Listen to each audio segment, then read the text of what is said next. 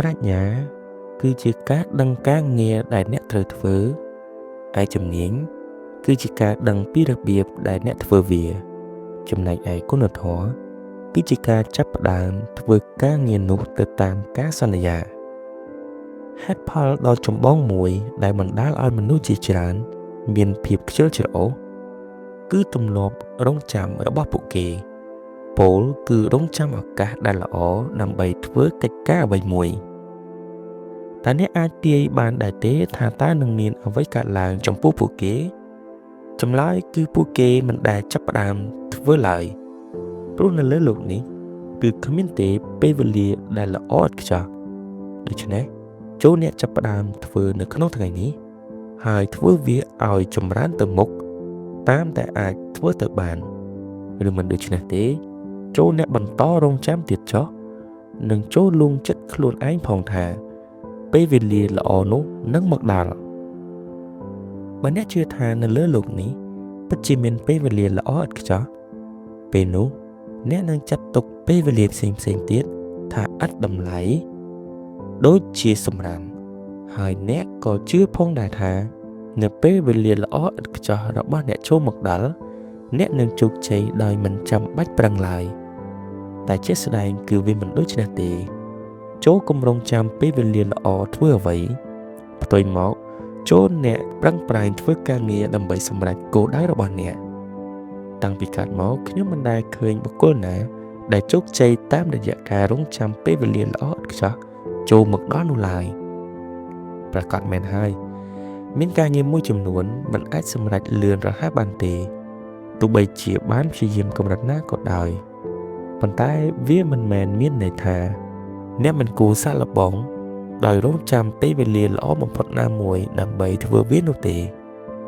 កុំឲ្យយល់ច្រឡំទៀតរវាងភាពខ្ជិលច្រអូសជាមួយនឹងភាពអត់ធ្មត់របស់អ្នកភាពអត់ធ្មត់និងភាពខ្ជិលច្រអូសគឺមានភាពខុសគ្នាឆ្ងាយណាស់អ្នកនឹងមិនអាចជំនួសគ្នាទៅវិញទៅមកបានឡើយ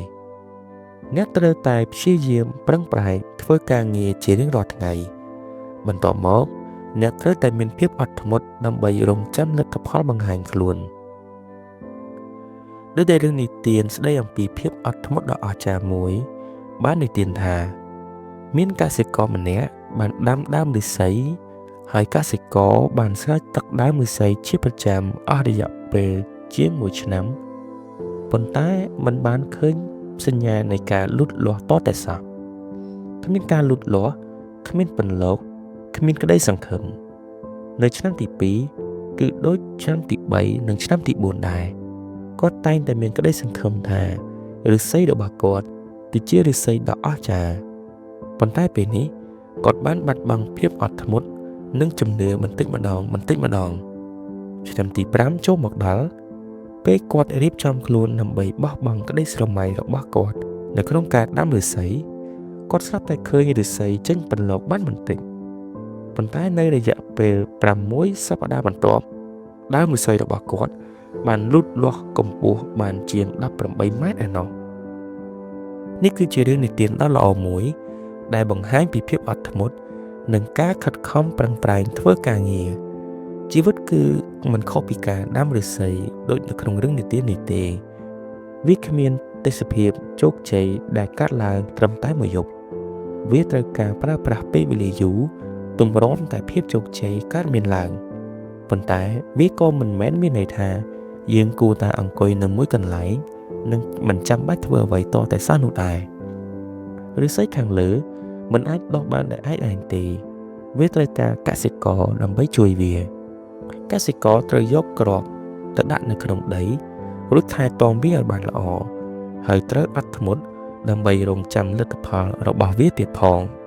អន្ទះសារជាមួយសកម្មភាពត្រូវអត់ធ្មត់ជាមួយនឹងលទ្ធផល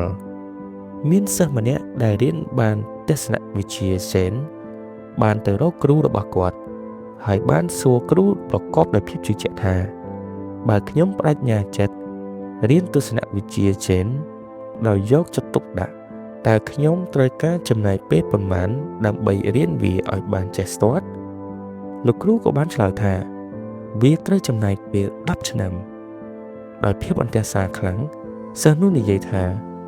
ប៉ុន្តែខ្ញុំចង់ចេះវាឲ្យបានលឿនជាងនេះខ្ញុំនឹងខិតខំប្រឹងប្រែងរៀនសូត្រខ្ញុំនឹងវឹកហាត់វាចំនួន10ម៉ោងជារៀងរាល់ថ្ងៃឬច្រើនជាងនេះក៏បានដែរអញ្ចឹងតើវាត្រូវការពេលប៉ុន្មានលោកគ្រូបានគិតមួយសន្ទុះត្រូវចំណាយពេល20ឆ្នាំអ្នកមិនអាចគ្រប់គ្រងទៅលើលទ្ធផលនៃសកម្មភាពរបស់អ្នកបានទេពោលគឺអ្នកមិនអាចបញ្ជាឲ្យលទ្ធផលត្រូវតែកើតឡើងឬមិនត្រូវកើតឡើងបានឡើយអ្វីដែលអ្នកអាចគ្រប់គ្រងបានគឺខ្លួនអ្នកអាចគ្រប់គ្រងលើសកម្មភាពនិងការងារដែលអ្នកកំពុងធ្វើមនុស្សគ្រប់គ្នាតែងតែចង់ទទួលបាននូវលទ្ធផលឆាប់រហ័សរាល់ពេលដែលពួកគេប្រឹងប្រែងធ្វើការងារដោយគិតថាពួកគេស័ក្តិសមតែទទួលបានផលតបស្នងមកវិញលឿននិងភ្លាមចំពោះការខិតខំប្រឹងប្រែងរបស់ពួកគេប៉ុន្តែជាទូទៅលទ្ធផលមិនកើតមានឡើងភ្លាមនោះទេពេលខ្លះអ្នកធ្វើការយ៉ាងលំបាកជាច្រើនឆ្នាំមុននឹងទទួលបានលទ្ធផលដែលអ្នកចង់បានដូច្នេះអ្នកត្រូវតែមានភាពអត់ធ្មត់ដើម្បីរង់ចាំលទ្ធផលប៉ុន្តែមិនត្រូវអត់ធ្មត់ដើម្បីរង់ចាំសកម្មភាពឡើយកុំធ្វើជាមនុស្សម្នាក់នៅក្នុងចំណោមមនុស្សភាគច្រើន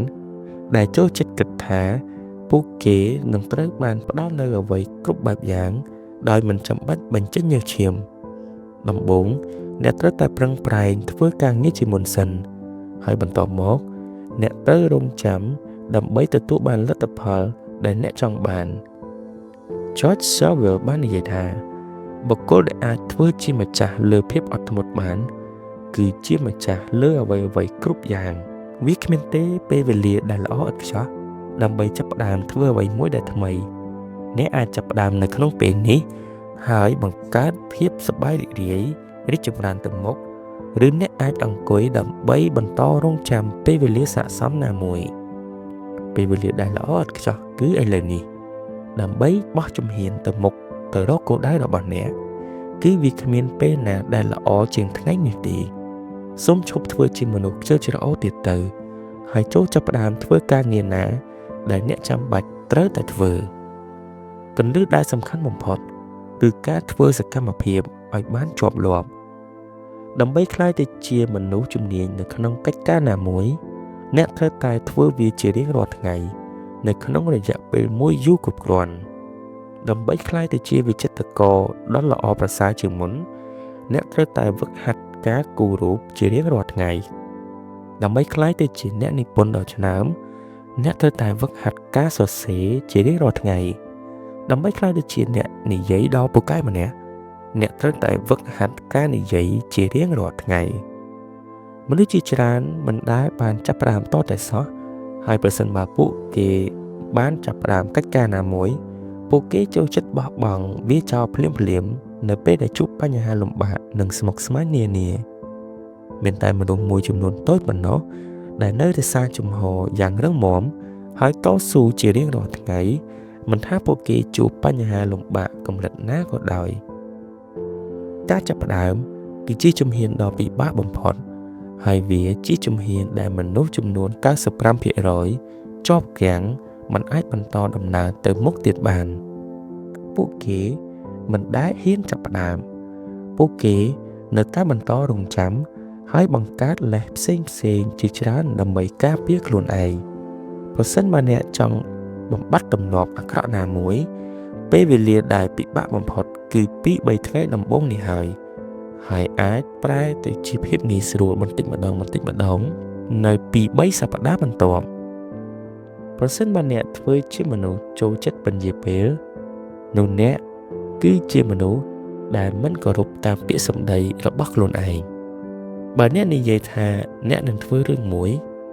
អ្នកនឹងមិនបានធ្វើវាឡើយអញ្ចឹងមិនយូរមិនឆាប់មនុស្សជាច្រើននឹងលែងមានទំនុកចិត្តទៅលើអ្នកខ្ញុំមិនមែនមានន័យថាអ្នកត្រូវតែធ្វើរឿងគ្រប់យ៉ាង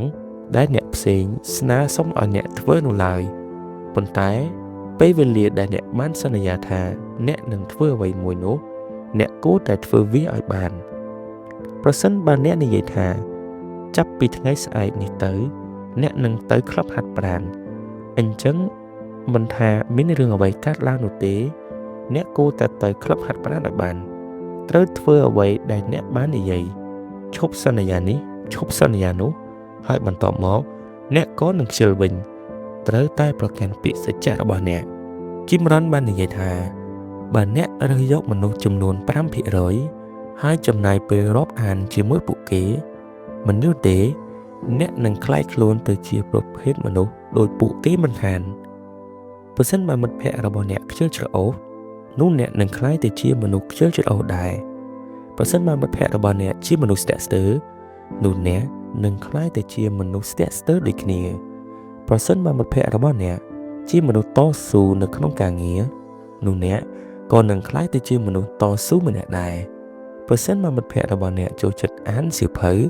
នោះអ្នកនឹងក្លាយទៅជាមនុស្សដែលចូលចិត្តអានសៀវភៅដូចគ្នាប្រកាសហើយនៅលើโลกនេះអាចមានមនុស្សដែលមិនងាយទទួលឥទ្ធិពលពីអ្នកជុំវិញក៏ប៉ុន្តែមនុស្សបែបនេះកម្រមានណាស់ហេតុផលដែលមនុស្សជាច្រើនខ្ជិលច្រអូស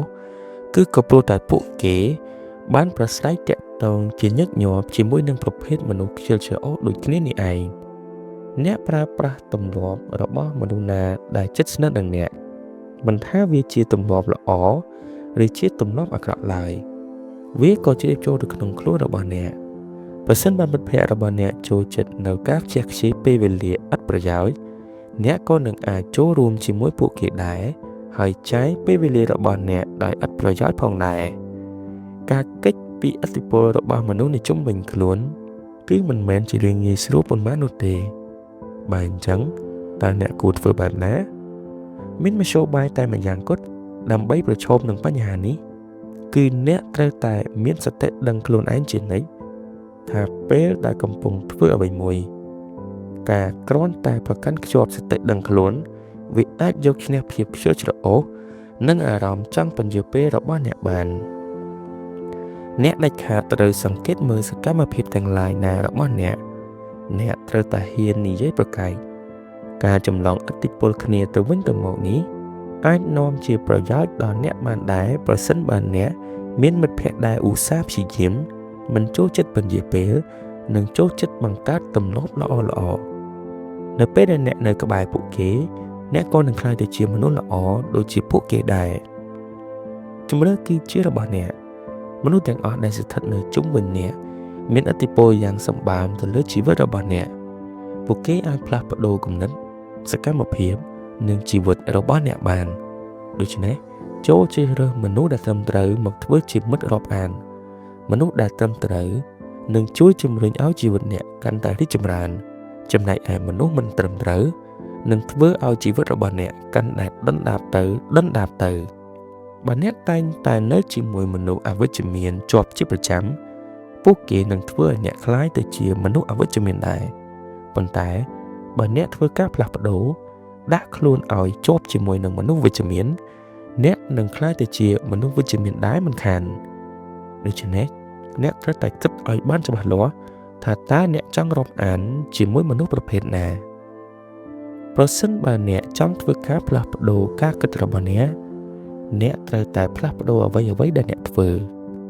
អ្នកត្រូវតែផ្លាស់ប្ដូរមនុស្សដែលអ្នកប្រស័យតាក់ទងជាមួយប្រសិនបើមនុស្សដែលអ្នករាប់អានអស់ពេលជាយូរគឺជាមនុស្សដែលខ្ជិលច្រអូសជាមនុស្សអវិជ្ជមាន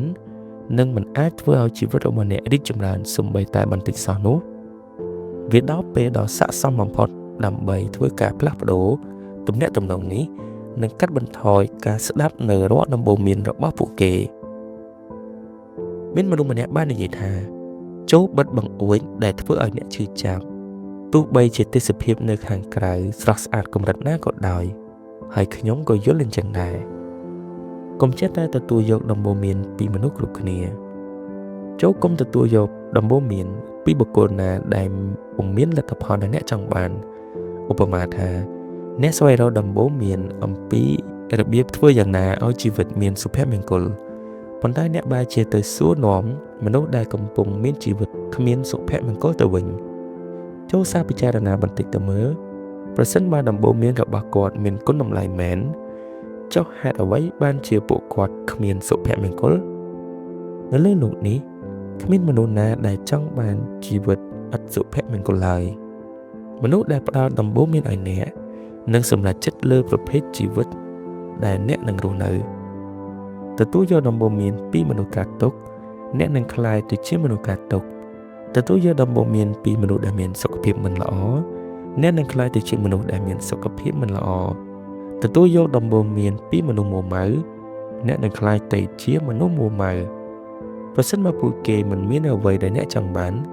ចូលគុំចាំបាច់ស្ដាប់នៅអ្វីដែលពួកគេនិយាយឈប់យកដំបូន្មានពីមនុស្សទាំងឡាយណាដែលគ្មានគំរូដែលអ្នកចង់ត្រាស់តាមបើមានមនុស្សណាម្នាក់ប្រដៅថាអ្នកគួរតែរស់នៅតាមរបៀបនេះ